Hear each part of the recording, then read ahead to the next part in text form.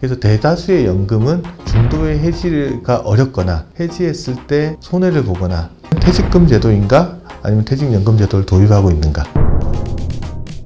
일단은 이제 자기 자신한테 질문을 한번 던져보시면 좋아요. 예를 들어 첫 번째 질문은 나는 어느 정도 수익을 원하느냐가 있을 거 아니에요. 그러면 우리가 알 수 있는 수익률 중에 가장 대표적인 게 정기예금이죠.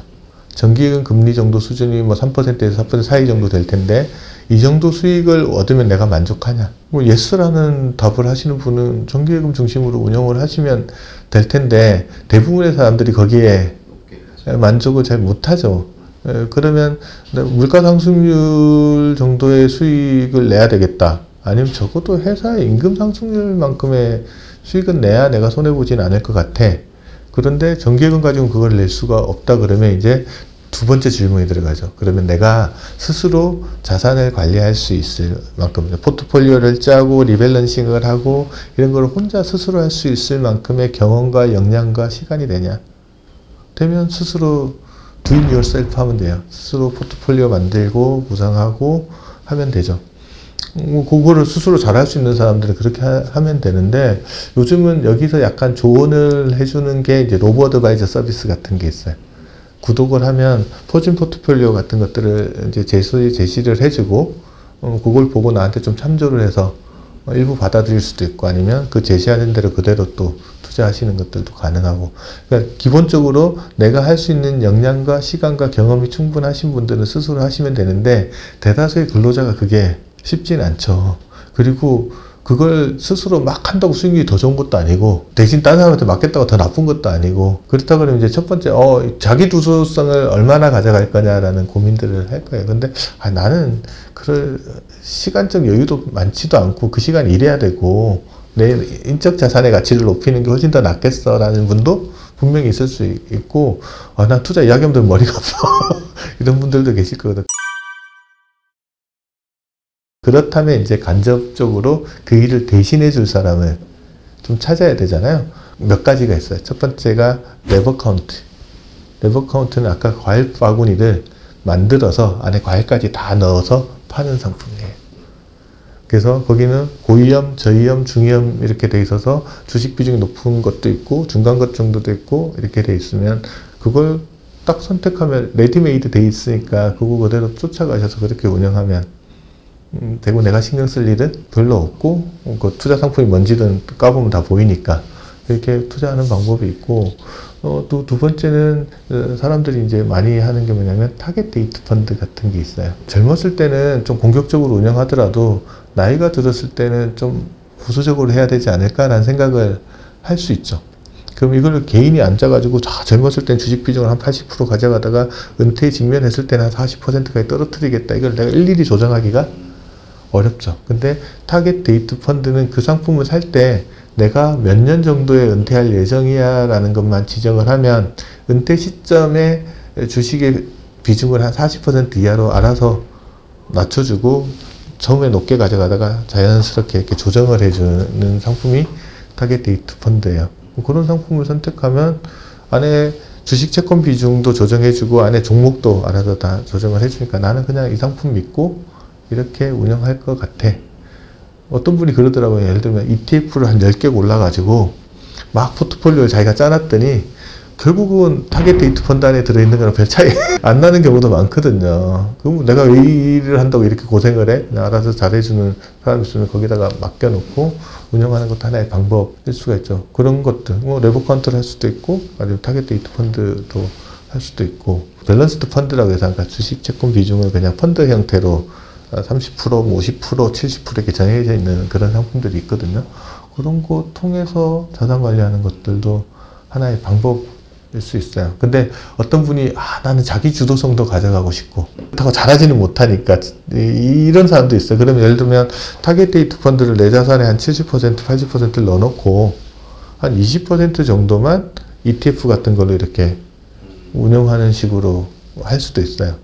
그러면 한 80% 담아놓고 한 20% 가지고 내가 또 약간 공격적으로 자산을 운영하는 것들도 그래서 이거는 이제 핵심 이성 전략이라고 하는데, 핵심은 TDF에 놓고 일부만 이렇게 떼가지고 약간 공격적인 자산을 운영하고, 공격적인 자산이 약간 손해를 보더라도 핵심에서 좀 지켜주는 부분들이 있으니까 그렇게 가져가는 것들도 자기 나름의 전략들을 좀 수립할 수 있죠. 그래서 내가 어느 정도까지 어떻게 운영하느냐라는 것들은 질문을 잘 던져서 나한테 맞는 투자 전략을 세워가는 거고, 가장 나쁜 전략은 시장 상황에 휘둘리면서 자꾸 샀다 팔았다는 거예요. 대부분 사람들은 싸게 사서 비싸게 팔아야지 돈을 벌잖아요. 근데 대부분 사람들은 비쌀 때 싸가지고 싸게 팝니다. 왜냐면 주가가 오늘 주가가 폭락하는 장에서 사람들이 그거 못 견뎌내거든요. 떨어지고 난 다음에 겁나가지고 더 떨어질 겁나서 훅 팔아버리거든요. 다음날 올라가요.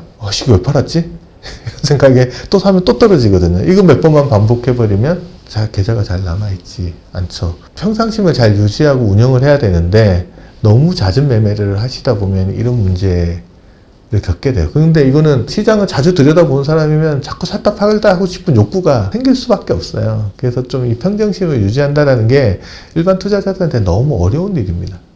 그래서 가능하면 시장을 좀 덜 보게끔 하는 것들이 필요한데 어려워요. 예전에 어떤 분이 뉴욕의 택시 운전사를 가지고 이 비유를 하던데, 뉴욕의 택시 운전사들이 보니까 손님이 많은 날은 일찍 장사를 접고 들어가 버리고, 손님이 많은 날은, 없는 날은 밤늦게까지 일을 해요. 그래서 물어봤더니 왜 그러냐 그랬더니 하루 단위로 마감을 하다 보니까 손님이 많은 날은 목표치를 빨리 채우니까 일찍 가고, 손님이 없는 날은 밤늦게까지 일을 하는 거예요. 근데 이게 맞나? 돈을 많이 벌려면 손님 많은 날 일을 좀 더 열심히 해서 많이 벌어놓고 손님 없는 날 좀 쉬면 오히려 장기적으로는 돈을 더 많이 벌 수도 있을 텐데, 이 마감을 지나치게 자주 하루 단위로 이렇게 하다 보니까 그게 못하는 거예요. 그럼 이분한테 만약에 일주일이나 한 달 단위로 마감을 시키면 행동이 바뀔 거잖아요. 근데 지나치게 잦은 마감을 하다 보면 대세 상승장에서 수익을 끊어버리고요. 크게 하락하는 장에서 비자발적인 장기 투자를 하게 되는 수가 있거든요. 그래서 조금 마감의 주기를 길게 가져갈 필요가 있다. 근데 연금이라는 거는 근본적으로 장기인데 조금 긴 텀을 두고 이렇게 투자 계획을 수립을 해야 되는데 너무 작게 정리를 하고 관리를 하다 보면 그런 문제도 부딪힐 수 있어요. 그래서 또 좋은 종목을 고르는 만큼이나 좋은 투자 태도를 가지고 있는 것들도 자산 관리하는 데서는 상당히 중요하다. 근데 이걸 참 하기 어렵습니다. 겸허해질 필요가 있는 것 같고요. 그리고 누군가 와서 이 주식 좋다, 이 펀드 좋다 이런 순간이 어떻게 보면 거꾸로 생각해 보면 이 시점이 내가 들어가는 시점이 시장의 끝무렵일 가능성도 항상 고려는 해야 되거든요. 안 그렇다는 보장은 없잖아요. 이미 다른 사람들이 다 경험하고 좋다라는 것들은 시장에서 살 사람 다 샀을 가능성들도 상당히 있는데 그 끝무렵에 내가 돈을 더 더하는 걸 수도 있거든요. 근데 더 올라갈까 싶어서 또 시장에서 빠져있기는, 소외되기는 또 싫어서, 그리고 포모 심리장이 있잖아요. 사긴 사야 되고, 그러다 들어가니 겁은 나고 안 들어가면 후회할 것 같고 이런 상황이잖아요. 그러면 또 적립식으로 투자하는 거죠. 1번은 자기 퇴직급여 계좌를 확인하는 거죠. 제도는 어떤 제도냐? 퇴직금이냐, 퇴직연금이냐, DB냐, DC냐, 이거 제도를 분명히 확인하고요. 그다음 DC 제도라고 하면 우리 회사에 DC형 퇴직연금 제도를 공급해주는 금융회사가 어디가 있냐, 나는 어디에 가입하고 있냐, 그걸 봐야죠. 선택 범위잖아요.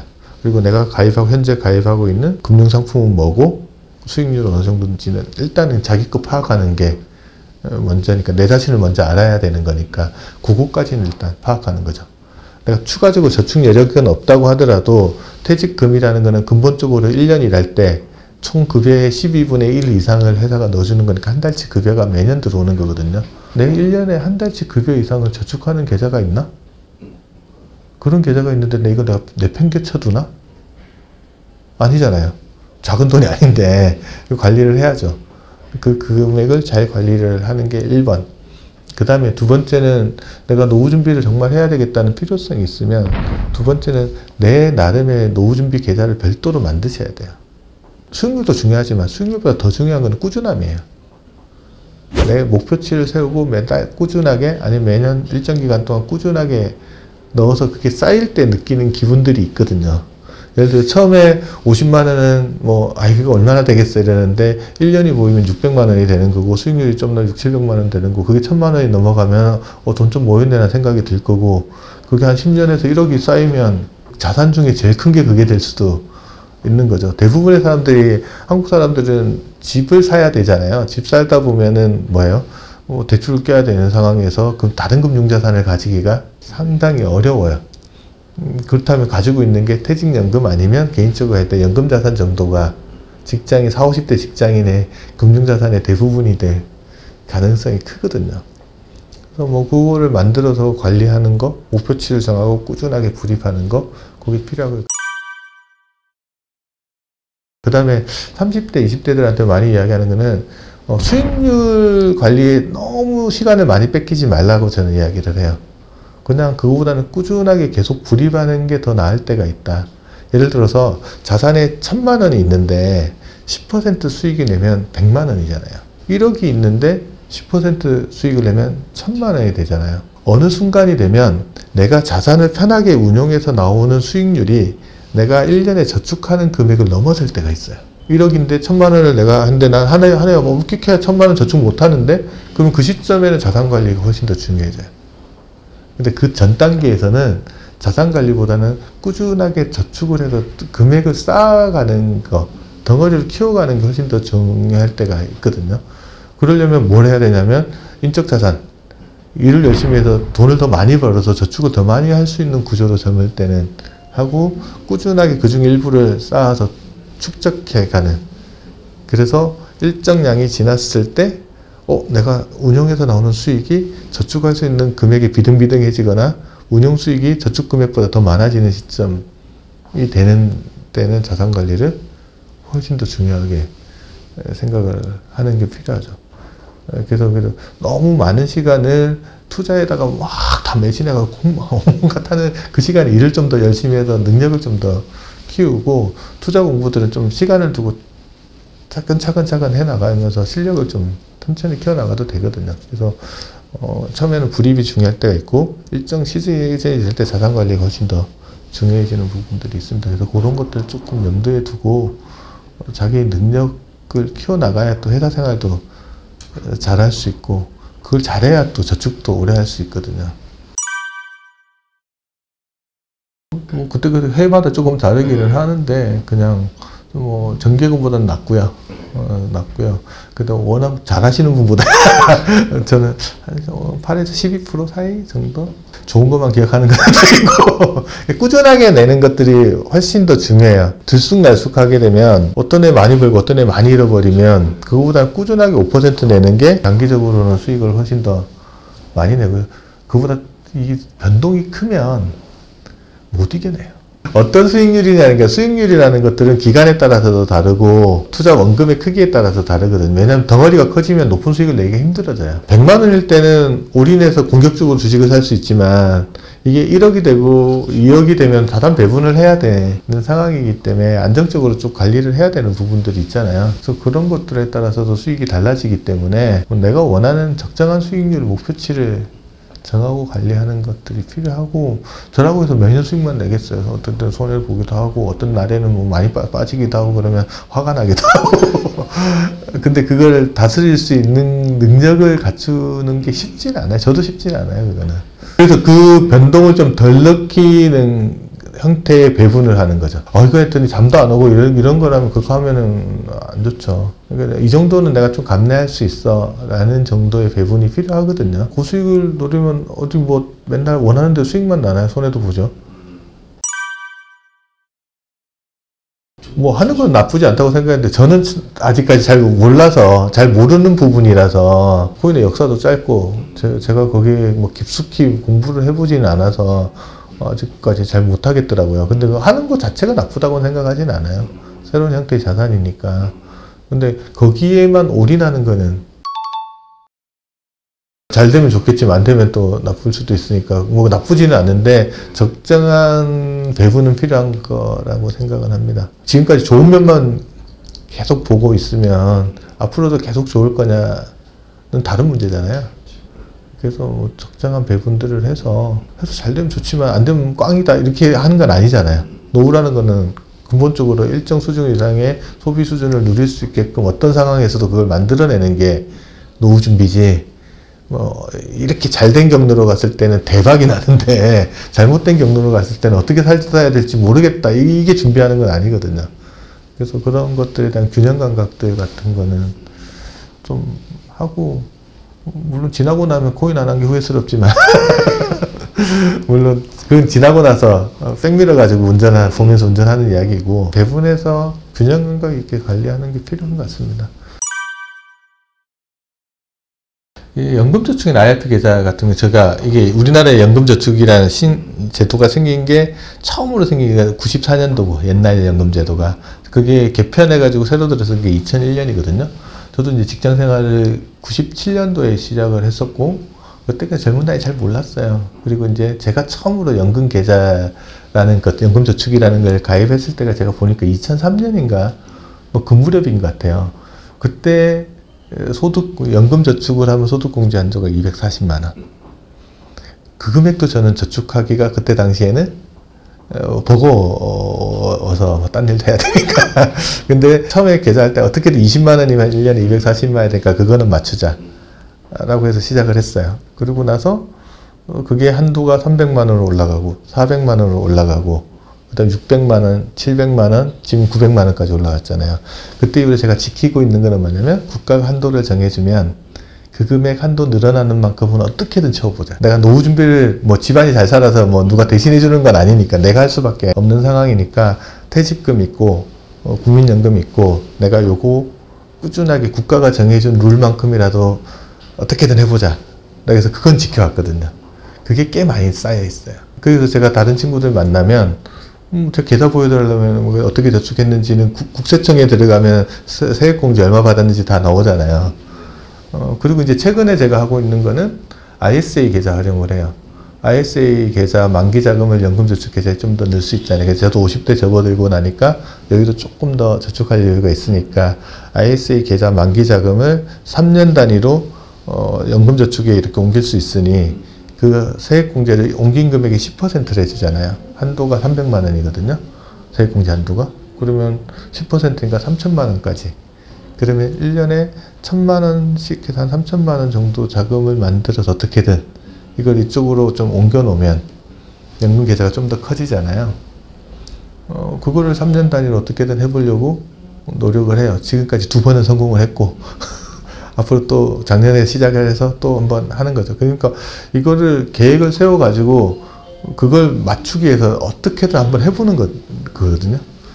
그게 목표가 되면 또 재밌어요. 내 집은 당연히 있어야 되는 건데, 그게 뭐 요즘 너무 멀리 올라가 있어서 지금 그 가치가 내가 직장 생활을 해서 사기 어려운 범위에 가 있는 것도 많아서 힘든 건 힘든 것 같아요. 있으면 참 좋은데 그게 먼저일 수도 있지만, 그걸 하다 보면 다른 거 아무것도 못 할 수도 있으니까.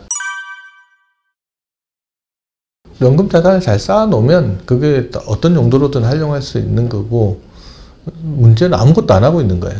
뭐라도 하고 있으면 저는 나쁘진 않다고 봐요. 그 방법론은 어떻게 가든 그냥 서울만 가면 되는 거라고 생각을 하는데, 근데 가장 좋은 방법은 그냥 꾸준하게 뭔가를 저축을 하고 한다. 근데 제가 보니까 이게 너무 무리하게 하면은 힘든 것 같고, 적정한 범위.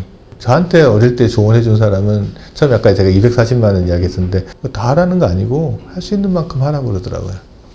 문제는 꽉 채우려고 노력하는 게 중요한 거고, 근데 아무것도 안 하는 거예요. 그걸 못 채워서 아무것도 안 하고 있으면 아무것도 안 만들어진다.